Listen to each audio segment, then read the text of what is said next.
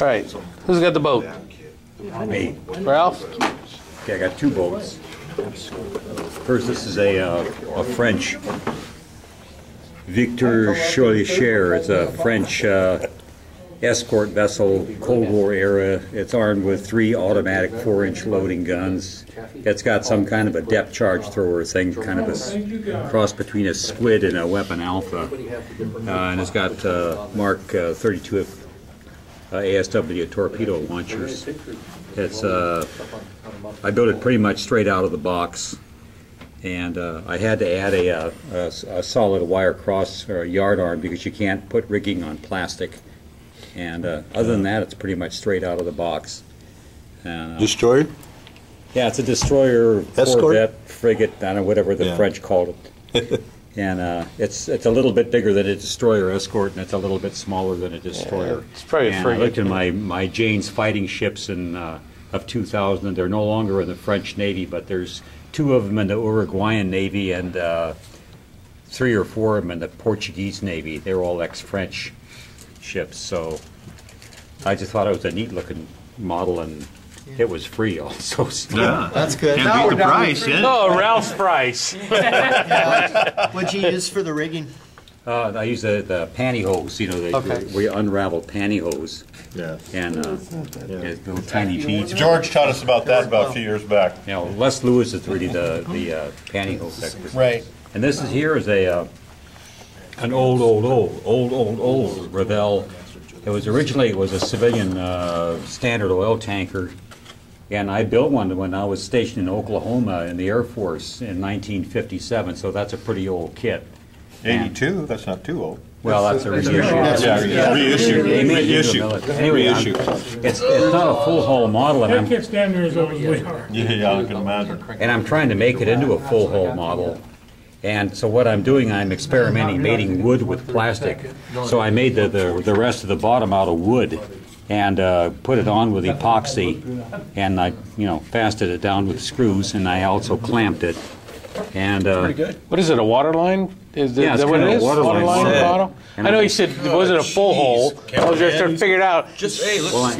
Suspect number 1. You almost, yeah. Yeah, got pretty close. Watch out for those cab guys. anyway, I'm making it into a full hull. Yeah. And I'm using wood for the last 10 millimeters, and I kind of wanted to experiment with mating wood with plastic, and it turned out fairly well. That's what happens And I just used an old piece of hunk of 2x4 that I saw to the right.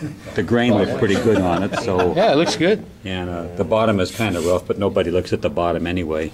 And then I had to fix the stern up a little bit, and I've got one propeller from I had to make another rudder, and I've got one propeller somewhere here.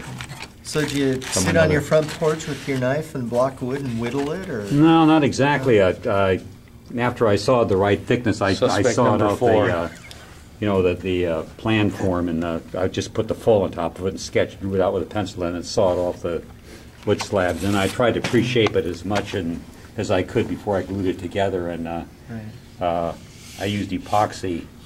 I tried using it for your information. If you ever try to mate wood with plastic, I thought I could glue the wood on with Gorilla Glue. You know, that stuff will glue nuts on a brass monkey, but for some reason, it was. That sounds good. I took a piece of plastic and roughed it up, and a piece of wood that I used, and I glued them together and let them sit overnight, and I thought it would bond pretty good. You know, I just took what came around my port. The Gorilla Glue didn't bond to the plastic at all, so I used epoxy instead. I bought one of those things, you know, where it's got the 2 cylinders and right. Oh, yeah. Epoxy, yeah. And I've used wood in the past on airplanes, you know, to make parts, and the only other thing I found that bonds okay is if you rough up the plastic and have a good surface. It's Elmer's glue. That'll glue wood to plastic pretty well. I know it's against the usual convention to use wood on plastic. The other 2 guys that build chips, they always use plastic layers, you know, and it's all that's just too much work for me. It's a lot easier to carve wood than it is plastic, and those sanding. That looks good, actually. It does. Those rough sanding sticks, those are about the best things I found for shaping. It'll take down wood or plastic real fast. And then I coated the wooden part with I had some spray can Mr. Surfacer, and then I had some stuff that was marked just a plan of Krylon, just said gray primer. I don't know what it was, lacquer based or not. Anyway, and I just sprayed that on the wood part, and it turned out not too bad. Anyway, Yeah, looks pretty good. It's going to be hopefully a World War II oiler instead of a tanker, so I'm going to have to add some more booms and cranes and things to make it a difference between an oiler and a tanker. A tanker Oh, just the carries- lines and stuff like that. Yeah, and then an oiler can actually refuel another Right, ship underway. Right. Right. And so that's what I'm going to try to do with That's it. gonna be a lot of fun. World War II type. And that's So all I got to for show. your interest in edification, back in the day when, I was young and such, the ready ammunition for Muslim